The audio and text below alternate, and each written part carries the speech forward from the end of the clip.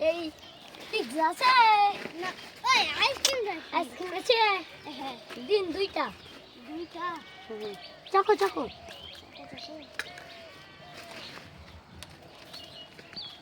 ফ্লেভারটা দাও বুঝি এক চামচ দিতে হয় ওই গেলাম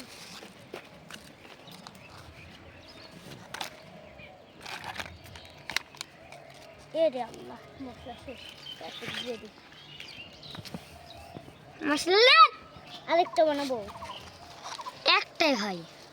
তা তুই বলে দে দুটা রে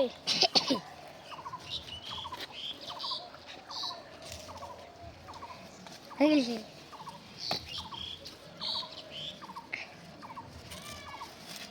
উপরের আবিষ্টি চাই দে সেটা ওকে